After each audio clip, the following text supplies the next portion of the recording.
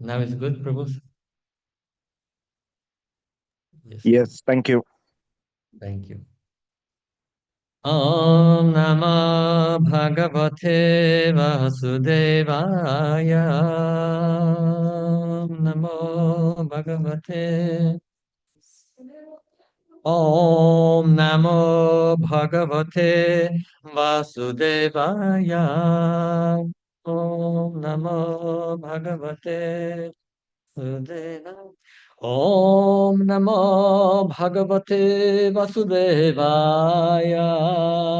Om Namo Bhagavate Vasudevaya.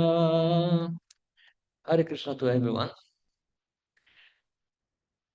We are reading from Srimad Bhagavatam.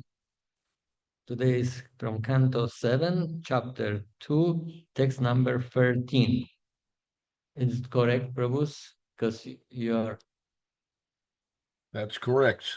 Thank you so much. Iti, please repeat. Te bhatri nirdesham adaya shirasadrita tatha bhajanam khadanam vidadhu khadana priya iti te bhartri nirdesham adhaya shirasadrita shiras tatha prajanam kadanam vidadhu kadana priya iti te bhartri nirdesham adaya shirasadrita tatha prajnam kadanam vidadhu kadana priya iti te bhartri nirdesham adaya shirasadrita tatha prajanam kadanam vidadhu kadana priya. Someone want to repeat?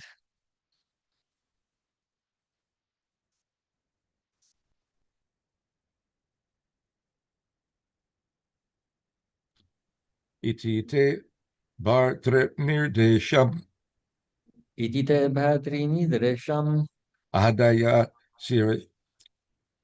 shirasadritaha adaya shirasadritaha tata prajanam kadanam tatha prajanam kadanam vidhadhu kadana priyaha. vidadhu kadana priya. Iti te bhatri nirdesham adaya shirasadritaha tatha prajanam kadanam vidadhu kadana priya.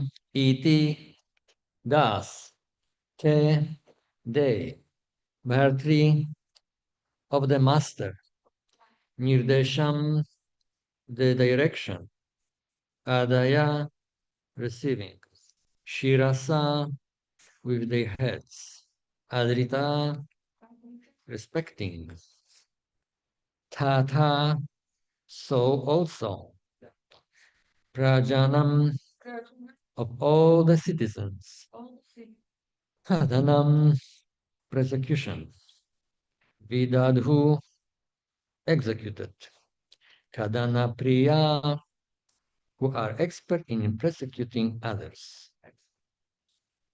Translation. Thus the demons, being fond of these disastrous activities, took Hiranyakashipu's instructions on their heads with great respect and offered him obeisances. According to his directions, they engaged in envious activities directed against all living beings. Woohoo! Purport. The followers of demoniac principles, as described here, are thoroughly envious of the general populace. In the present day, scientific advancement exemplifies such envy. The discovery of nuclear energy has been disastrous to people in general because demons all over the world are manufacturing nuclear weapons. The word Kadana Priya is very significant in this regard. The demoniac persons who want to kill the Vedic culture are extremely envious of the feeble citizens, and they act in such a way that ultimately their discoveries will be inauspicious for everyone. Jagato Hita. The 16th chapter of Bhagavad Gita fully explains how the demons engage in sinful activities for the destruction of the populace. When you read even, you can feel anxiety and stress and pain. My goodness, it's like somebody who's just cutting the throat of someone. Horrible. But anyway, this is the reality of life. Once again, we read Sanskrit text. Iti te bhartri nirdesham adhaya shirasadrita tatha prajanam kadanam vidhadhu kadana priya. Thus the demons, being fond of destruction, disastrous activities, took Hiranyakashipu's instructions on their heads with great respect and offered him obeisances. According to his directions, they engaged in envious activities directed against all living beings. So now, today we have opportunity to discuss the horrible activities of demoniac leaders of the present society. So they don't care about the benefit of general populace. What to speak about spiritual benefit? They have no clue what spiritual is all about and what to speak about spiritual benefits for everyone. Their only concern is their own comfort by cost of life of everyone. If it is necessary to kill, let's kill. For them, there is no issue to kill others for the benefit of themselves. They just only looking for prestige, for honor, like in this case, Hiranyakashipu, as we know. Do you know about Hiranyakashipu? Who was Hiranyakashipu? You know, and you don't know. So Hiranyakashipu, this very name, Sanskrit names have some meaning behind. Hiranyakashipu, this particular name, indicates that the person was addicted to sexual pleasure and wealth, like gold. Hiranya means gold, and Kashipu means soft bed for enjoyment.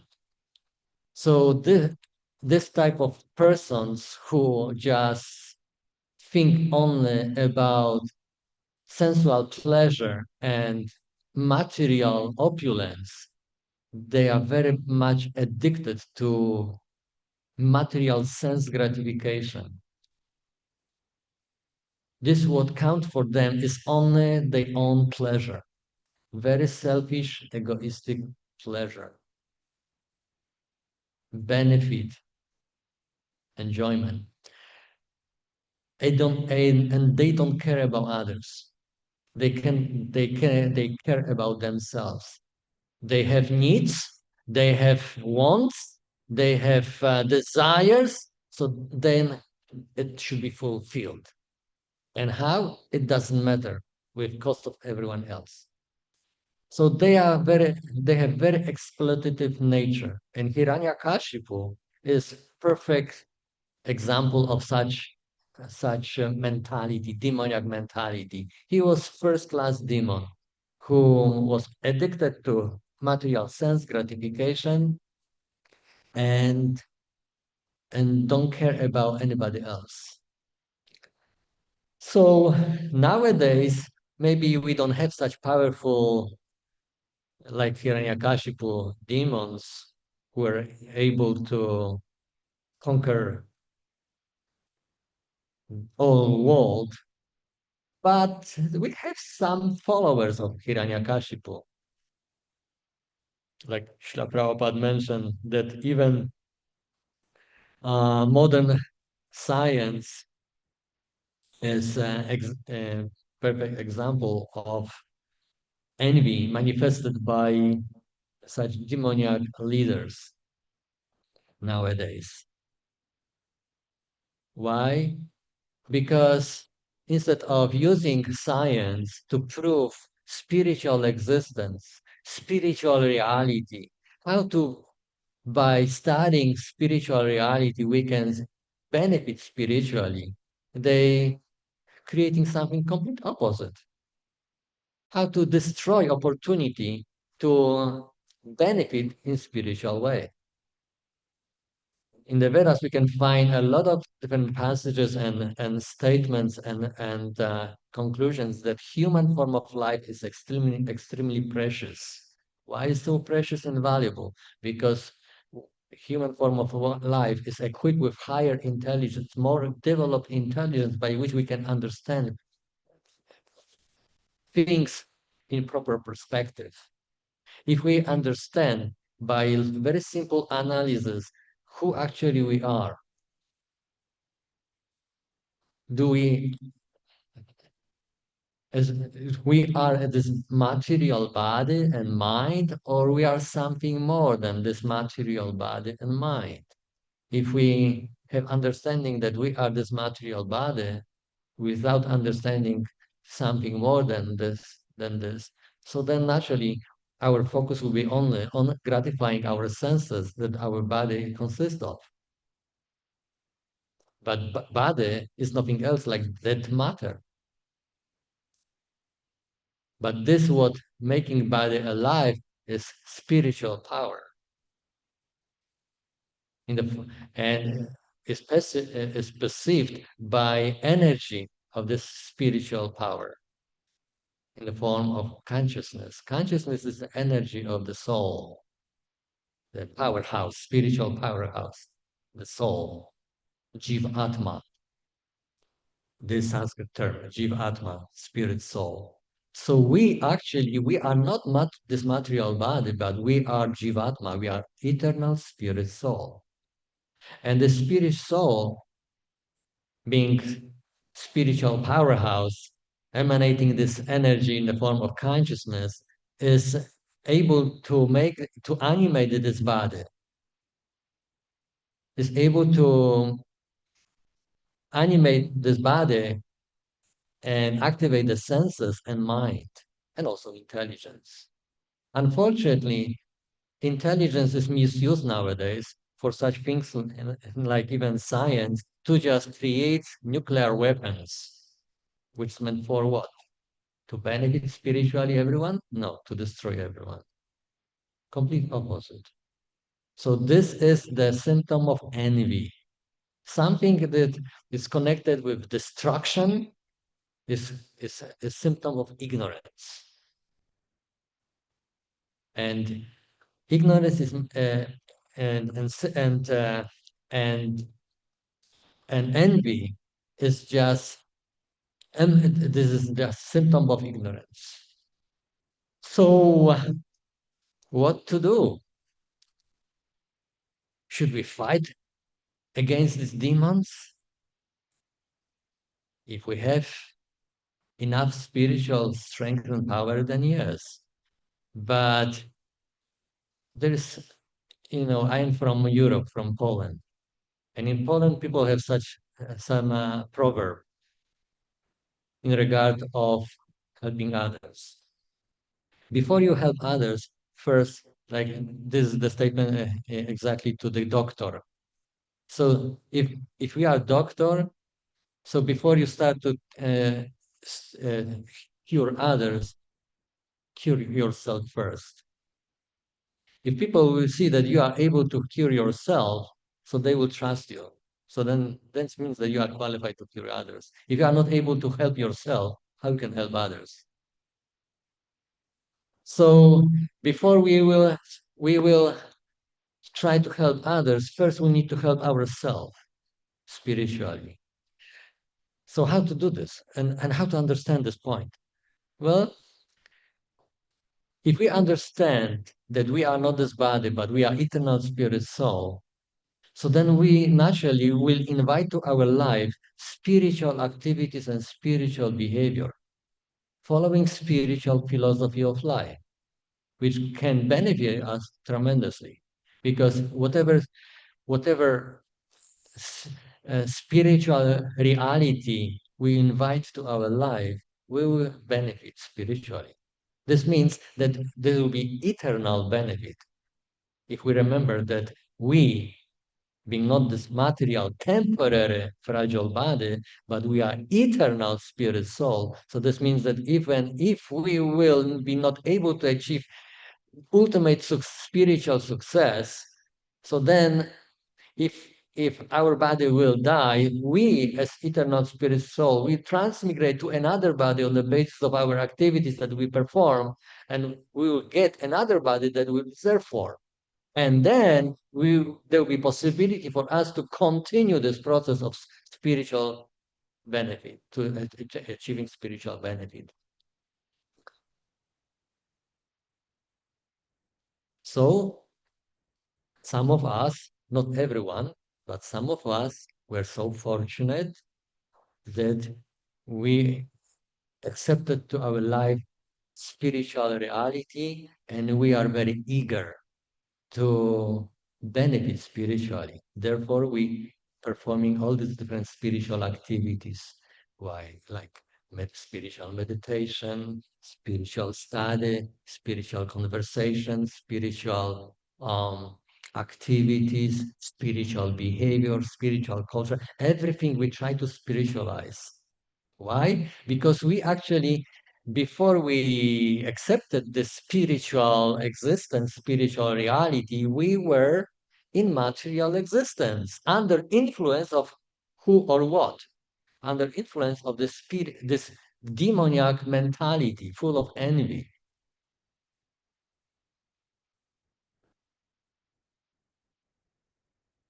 which which where exploitation and destruction dominates. So if we will just recall some some some aspects of our mentality from period before we accepted spiritual reality to our life.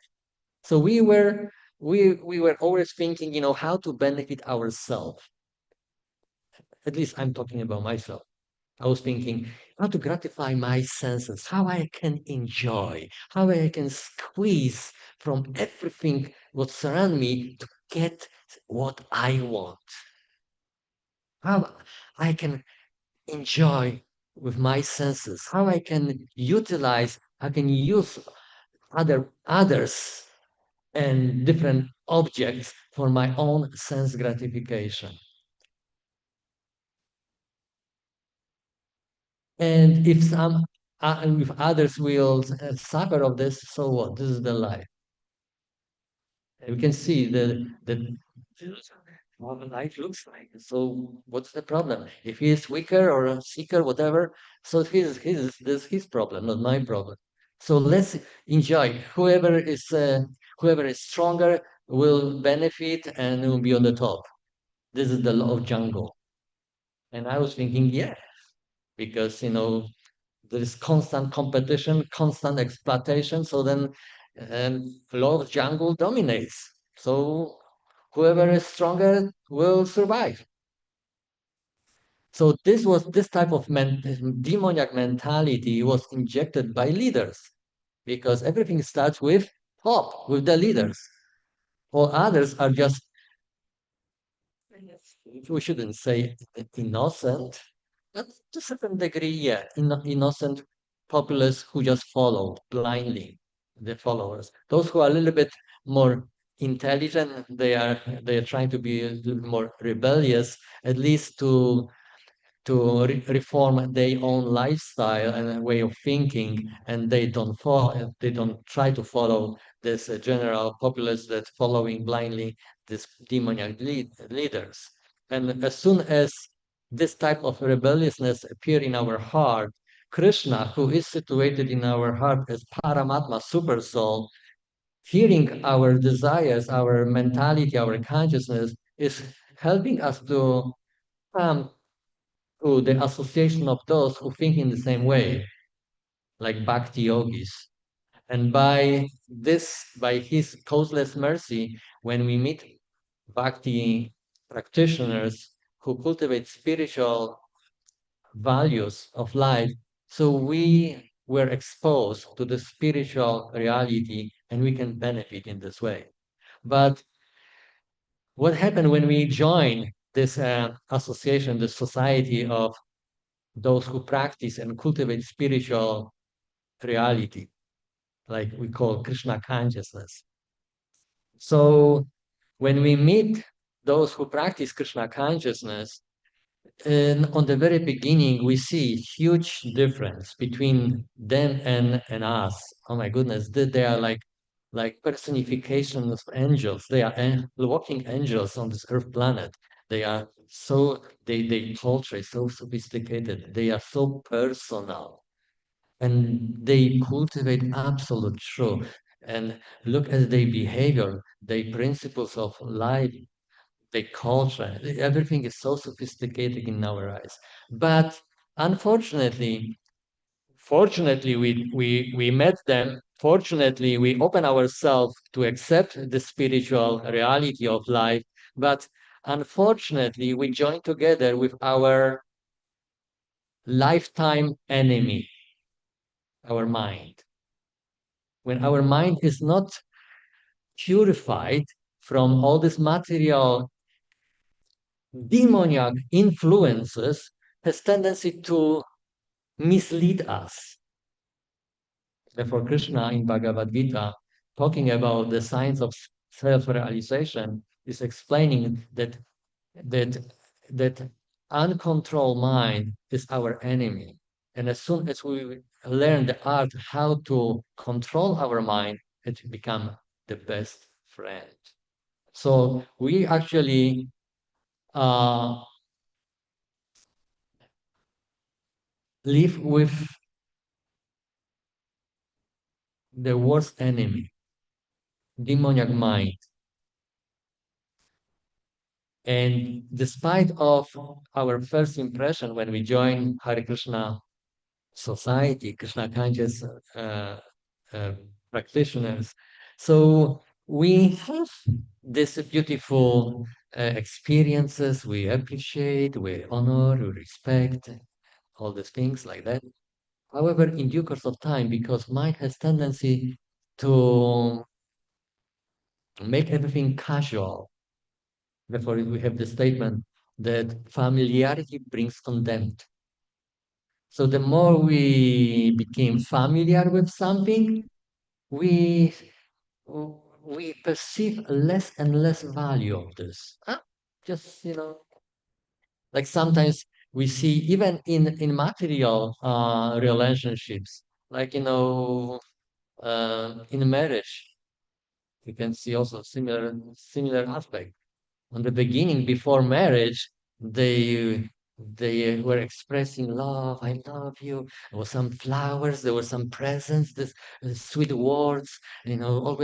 Always ready to satisfy another person for what? Just to get what we want.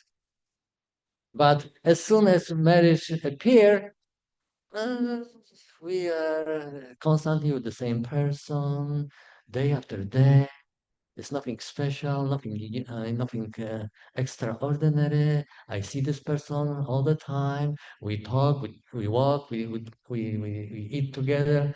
So all these different things are making our mind familiar, and then our mind putting us down, forcing to diminish the value of the person whom we worshipped and adore before. So this is the danger of following our demoniac mind. Sometimes people who are able to understand how mind is very dangerous when it's materialistically inclined, they sometimes come into conclusion, oh my goodness, my mind is driving me crazy. So then they are looking for some some help to control this crazy mind, how to navigate our mind that it will not drive us crazy anymore. So they are looking for some meditation, for some discussion, some other different groups that they discover the danger of our mind. So they are trying to exercise the mind that will be under their control, not mind will control them. So there are some groups like that. But Bhakti yoga is above of all these exercises, mental exercises. Bhakti yoga sometimes is known as Buddhi yoga, and Buddhi means intelligence. So in Bhakti yoga, we are uh, trying to exercise our intelligence, which is superior to our mind and senses. So by empowering our spiritual intelligence, Buddhi, we will be able to control our mind. And mind will not control us anymore. What is the symptom of of uh, of mind which went to our own control? This means that we recognize how we were acting and behaving before. So as soon as we enter the society that cultivates spiritual values, so we try to learn the spiritual values, introduce the spiritual values to our own life, and practice spiritual culture, spiritual activities, spiritual behavior, and eliminate everything what we learn in material life under, which is under influence of such demoniac envious people. And we try to select what is good, what is bad. Everything what is not in tune with spiritual culture, we try to eliminate from our life. Although it was quite uh, making us quite comfortable certain behavior and certain activities in material life. But as soon as we learn the science of spiritual values, so then we try to simulate the spiritual values, invite them to our life, and eliminate material values.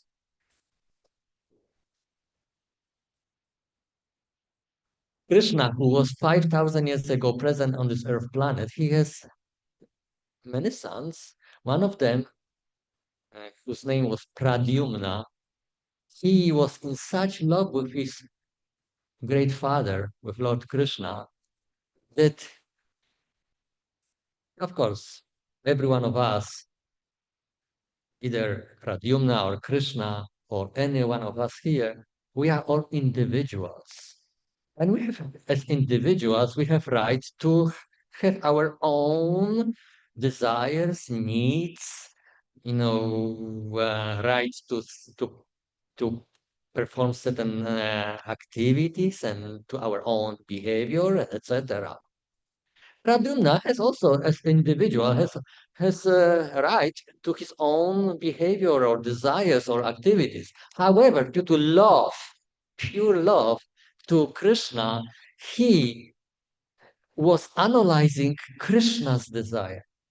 He was so absorbed with Krishna out of love because he wanted to satisfy Krishna. Therefore, he was not paying attention to himself in a very egoistic, egocentric way, but rather he was paying attention to Krishna. what Krishna desires, what Krishna wants, what Krishna needs, what Krishna likes, and what Krishna what doesn't like. As soon as he recognized what Krishna likes and he doesn't like, so he immediately was adjusting himself with his activities, his behavior in such a way to please Krishna. He was not caring about his own things, but he was trying to satisfy Krishna. We can also see sometimes, in our ordinary earthly material relationship that, like I mentioned at the very beginning, all these so-called lovers, they trying to learn about each other to such an extent that that they are always in focus to satisfy needs of another person. But this is like type of love, like type of like business exchange. So when I satisfy him or her, so I will get what I want to get. But in case of Pradyumna, he was not have such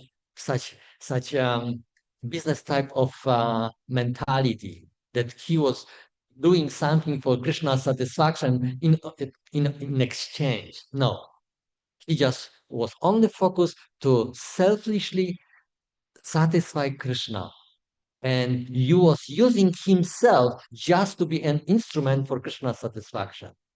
Wow, this is this is very high level of love. Can we see something like this in this material world? Yes. Like Srila Prabhupada give example, mother love to child. So often, often we are talking about loving mothers. And yeah, loving mother. So when loving mother uh, bestowing her loving affection on a child, so she often forgetting herself, her own needs, and even like during World War II, we hear often stories that uh, due to lack of sufficient food. So when mother saw child hungry, so although she was also very hungry, so um, she was ready to take food from her own plate just to give to her child. And there was some business exchange. What she can get from her child, what she can expect from her child. So, but she was out of love, giving to the child. So this is pure, genuine love, which can reflect this sublime, highest love that we are talking about between lovers of Krishna and Krishna, the supreme object of love. So, hearing about the sublime examples of spiritual values like Pradyumna exemplify toward Krishna, those who are eager to finish the business of spiritual purification and come back to spiritual world where we all belong to, so then we'll assimilate all the spiritual values of spiritual culture to our own life and reject and eliminate everything what is material, contaminated by the envy of this demoniac mentality that we came from. We came from this type of demoniac society to this spiritual society. So therefore, we need to learn the art how to distinguish what is good, what is bad, annihilate what is, reject everything what is bad, and accept whatever is good. In this way, we become good businessmen, spiritual businessmen. We will collect all these goods, spiritual goods, and become wealthy. Like my guru, my spiritual master, my spiritual teacher always emphasized, if you want to be wealthy spiritually, open yourself for guidance, spiritual guidance. The more spiritual guidance we will invite to our life, the more wealthy we become. Because if we will be sensitive to hear from others, like Guru, Shastra, Sadhu. There are three sources of spiritual knowledge, spiritual wealth. Guru, Shastra, and Sadhu. Sadhu means, Guru means teacher, spiritual teacher. Shastra, referring to spiritual scriptures like Vedas, Srimad Bhagavatam, Bhagavad Gita, etc. And sadhu referring to saintly persons, those who purify their consciousness to such an extent that they desire Krishna satisfaction, like Pradyumna.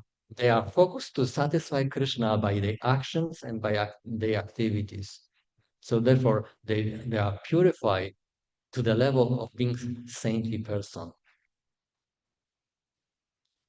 So the more we are able to open ourselves to hear from saintly persons, the more we can assimilate this sanctity to our life, with whom we associate to become light. So the more we expose ourselves to saintly persons, we become saintly as well. And what does it mean? This means that we become spiritually wealthy, wealthy enough to buy a ticket back to spiritual world. And it is the best business that you can be involved in, because life is not long, it's quite short. It's just only a few decades. But if we utilize these few decades of our life in this human form that is equipped with higher intelligence, more developed intelligence by which we can understand spiritual value, invite them to our life, eliminate what is bad and accept what is good, so then we become spiritually wealthy, capable to buy a ticket back home, back to God, to spiritual world where we belong to. How does it sound? Sounds good? So let's do it. Thank you so much for your attention. Do you have any questions or comments?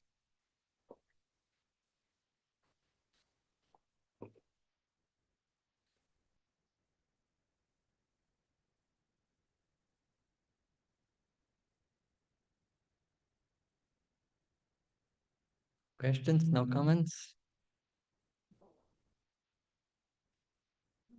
No?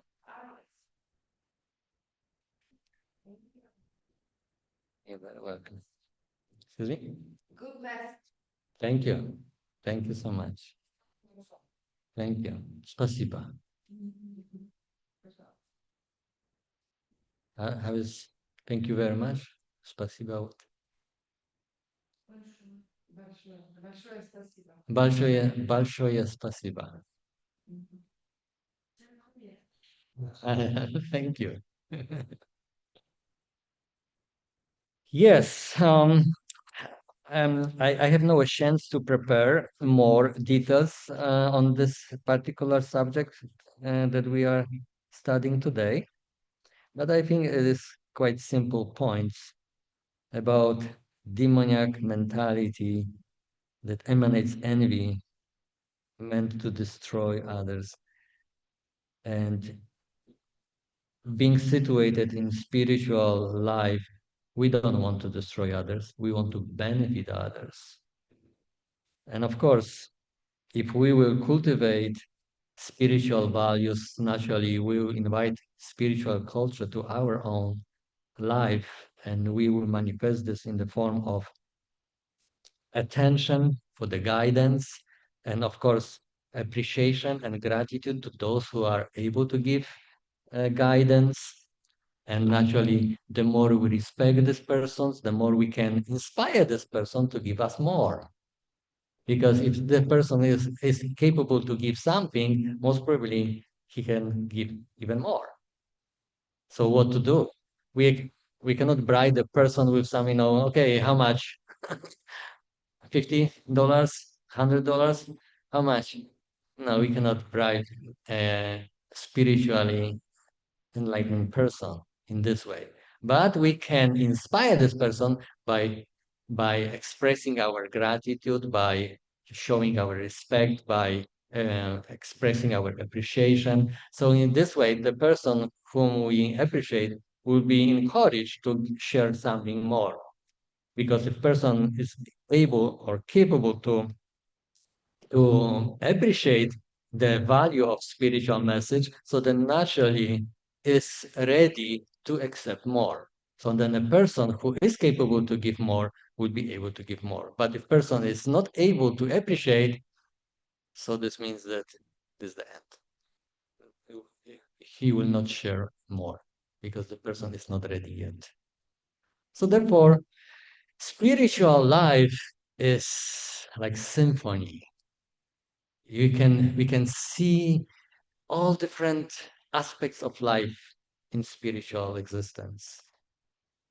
We see affection, we see gratitude, we see respect, we see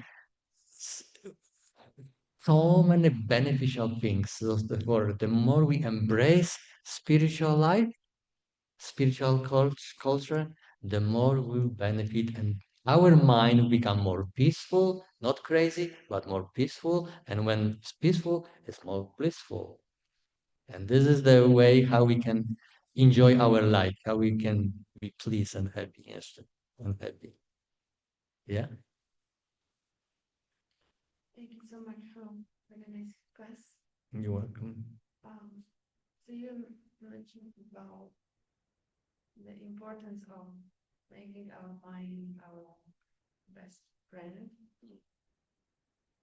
But mind is subtle. Mhm. Like when we have issue with the body, like if we feel that we are too fat, let's say, then we can adopt some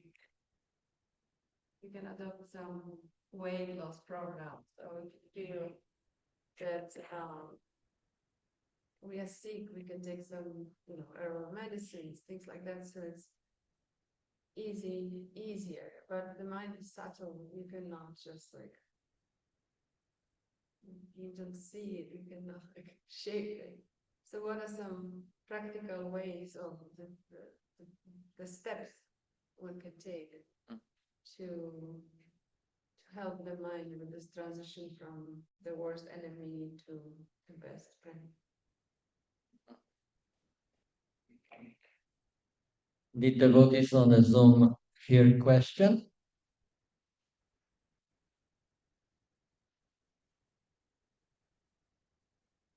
I just repeat. So we see in our life No, that, we didn't. yeah, I'm repeating now. So we see in our life that that in order to uh, improve our quality of our life, especially we can deal with our body when body needs to lose a fat, extra fat, so then we can exercise if the body is sick. So then we can take some herbal medicine and make it cure, make it healthy again. But mind is subtle. How we can utilize some growth elements, like in case of taking care of our body, to help our minds to become uh, peaceful, best friend, healthy again as a best friend. Yes, very good question. We can help our body in very easy way because body consists of dead matter, is a gross matter, but mind is subtle matter. So how to help our mind to put under our control? As we mentioned, there are some societies that try to deal with mind in a mental way. So they are trying to analyze things and trying to by some mental exercises they are trying to pacify mind and engage mind in a certain way that they will be in control of their mind. But this is not very permanent thing.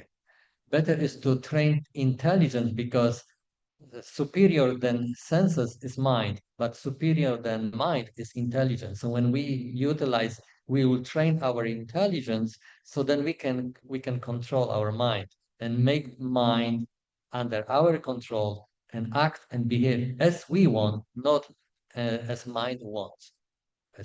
When we act and behave as mind wants, so then we are on a mental platform and we can see that sometimes mind driving us crazy and our life is in danger.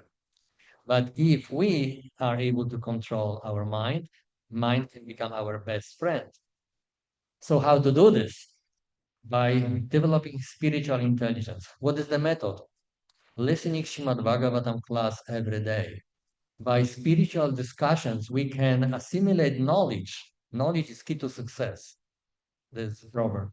Knowledge is key to success. So the more knowledge we will assimilate, spiritual knowledge, the more we will be able to navigate our life in such a way that mind will follow. Not only this, we have spiritual weapons in the form of transcendental sound vibration. Sound is also subtle. Do you see sound? No, you cannot see sound. Sound belongs to subtle matter. So, but spiritual sound vibration is even more subtle than subtle matter. And is powerful enough to, to influence our mind, purify our mind from all these material contaminations. So therefore, when mind is free from all contamination, is is is in we bringing back to natural original stage of spiritual purity, then it start to functioning as our own friend. So the more we chant Hare Krishna with great attention and respect and loving affection, knowing what is this, why we doing, what we doing, so the more we getting the supreme mercy, which is empowerment, mercy of Krishna who reciprocate to our endeavor. The more we satisfy Krishna, the more Krishna will supply us spiritual strength to control this uncontrolled mind, which is very rebellious and demoniac. But when we go under our control, become very friendly, sweet helper. It requires endeavor and time. But the more sincerely we will practice this Hare Krishna chanting, the more we will be able to achieve what we want to achieve. Srimad Bhagavatam ki jai.